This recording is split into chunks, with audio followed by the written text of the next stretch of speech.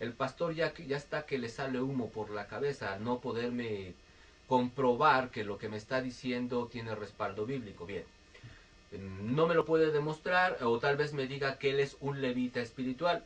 Si él me dijera que es un levita espiritual, yo le diría, bueno, pastor, pero los levitas no tenían propiedades, no tenían heredad. Usted trae un carro último modelo, tiene una residencia, sus hijos los tienen en escuelas de paga. Creo que no está cumpliendo con el levirato. Pero yo le voy a demostrar a quién se le debe de dar el diezmo. Vamos a la carta de los Hebreos, a los Hebreos, capítulo 7 y versículo 5. Estamos ahí, dice en el nombre de Jesús. Ciertamente los que de entre los hijos de Leví reciben el sacerdocio tienen mandamiento de tomar del pueblo los diezmos según la ley, es decir, de sus hermanos, aunque estos también hayan salido de los lomos de Abraham. Bien, aquí nos dice la Biblia muy claramente que sí es cierto, los levitas reciben el diezmo, pero ¿quiénes? ¿Quiénes recibían el diezmo? Dice únicamente los levitas que alcanzan el sacerdocio. Únicamente los levitas que alcanzan el sacerdocio tienen que tomar el diezmo. No es de que quieran, es a fuerzas. Tienen que tomar el diezmo del pueblo.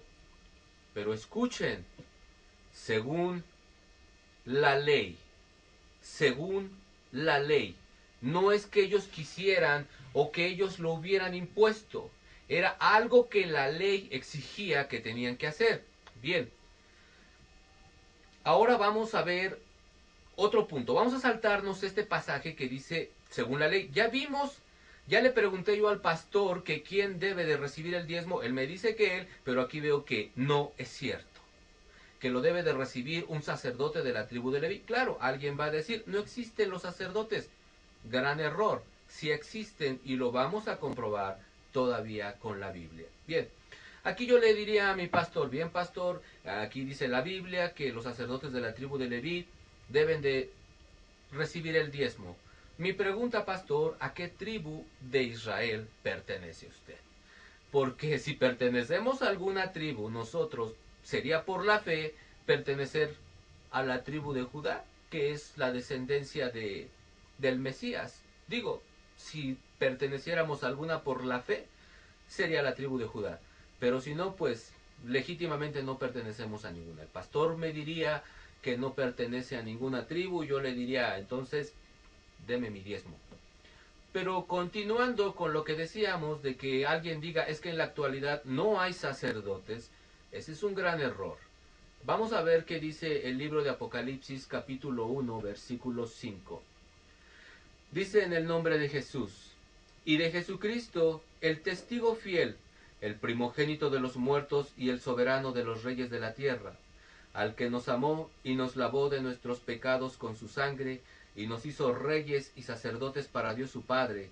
A él sea gloria e imperio por los siglos de los siglos. Amén. Aquí el pasaje está diciendo muy claramente que Cristo nos hizo sacerdotes. Todo cristiano, toda persona que pone su fe en el sacrificio de Jesús, que cree que la sangre de Cristo ha borrado sus pecados y que Jesucristo es su Salvador, se convierte en un sacerdote del Dios Altísimo. Entonces, si el diezmo se le debe de dar al sacerdote, mi pregunta sería, ¿a cuál de mis hermanos se lo debo yo de dar la próxima vez?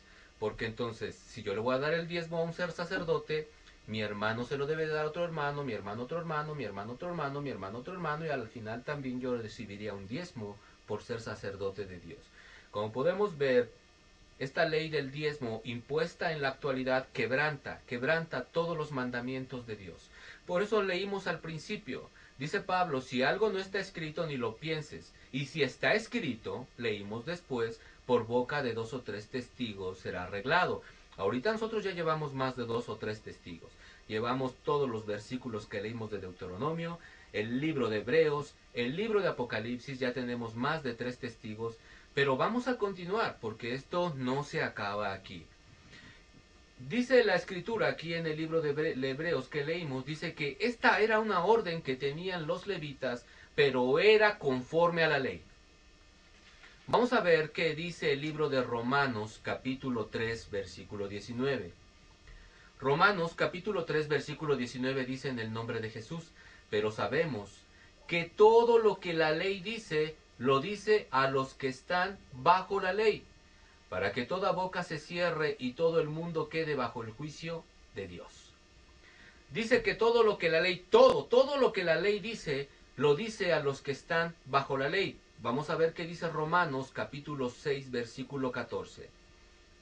Romanos capítulo 6 versículo 14 dice en el nombre de Jesús, porque el pecado no se enseñoreará de ustedes, pues no están bajo la ley, sino bajo la gracia.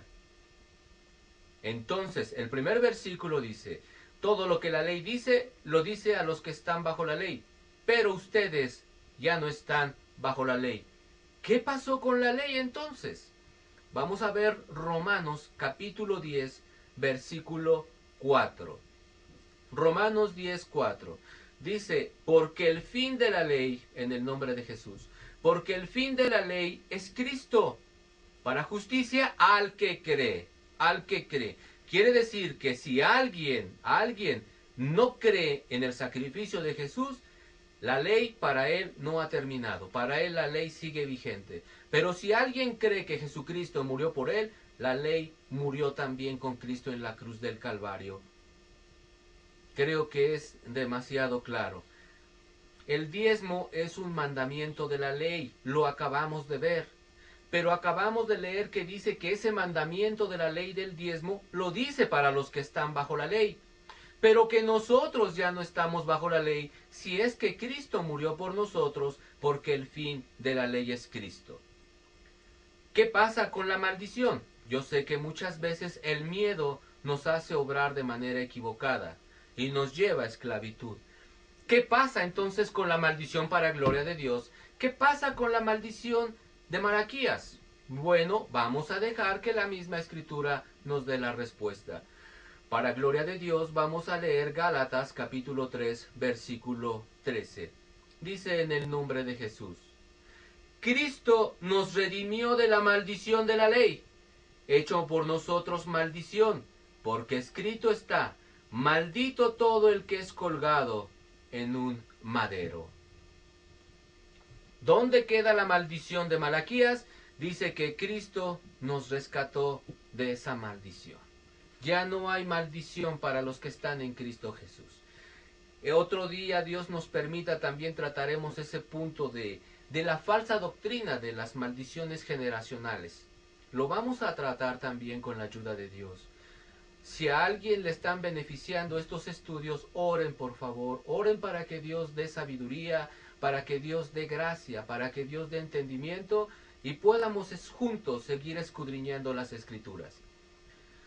Entonces, si yo quiero dar diezmo, ¿qué está pasando conmigo? Simple y sencillamente estoy volviendo a la ley. Y lo peor de todo es que yo no puedo guardar la ley, porque no soy judío. Yo no puedo ni debo guardar la ley porque no soy judío. Pero si yo decido guardar la ley, entonces me estoy metiendo en problemas con Dios. Vamos a ver qué dice Gálatas, aquí mismo Gálatas capítulo 3 versículo 10.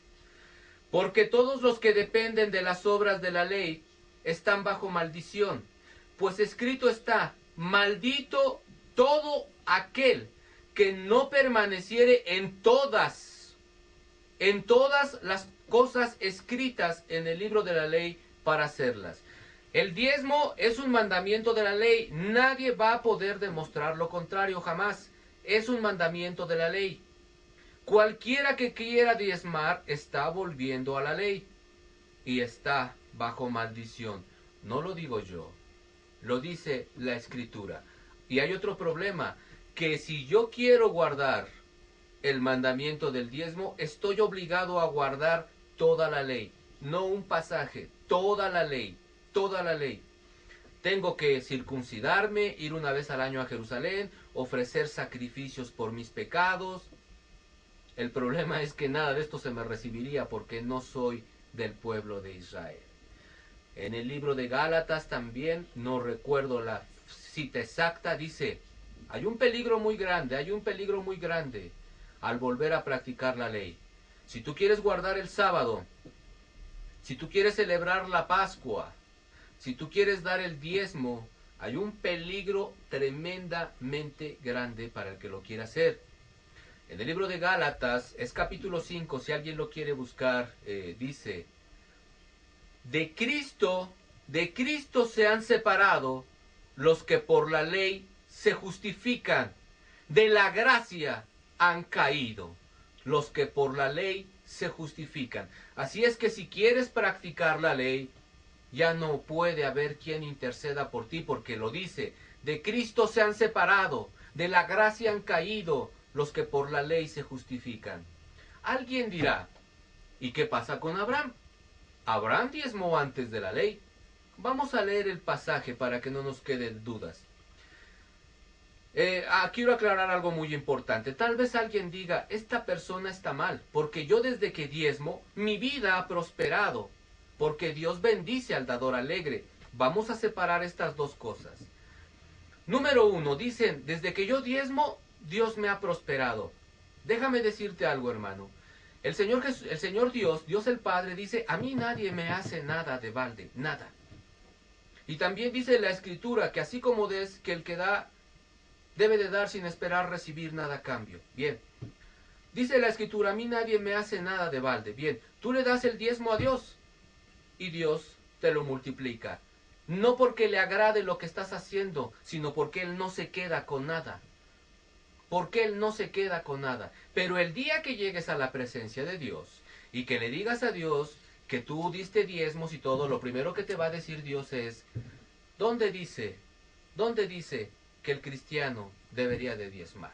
Señor, es que yo fui un dador alegre, y Dios te dirá, al dador alegre no es necesario pedirle, da de corazón sin que nadie le pida, y el dador alegre da sin esperar recibir nada a cambio. Entonces vemos que esa prosperidad que te han hecho creer que viene de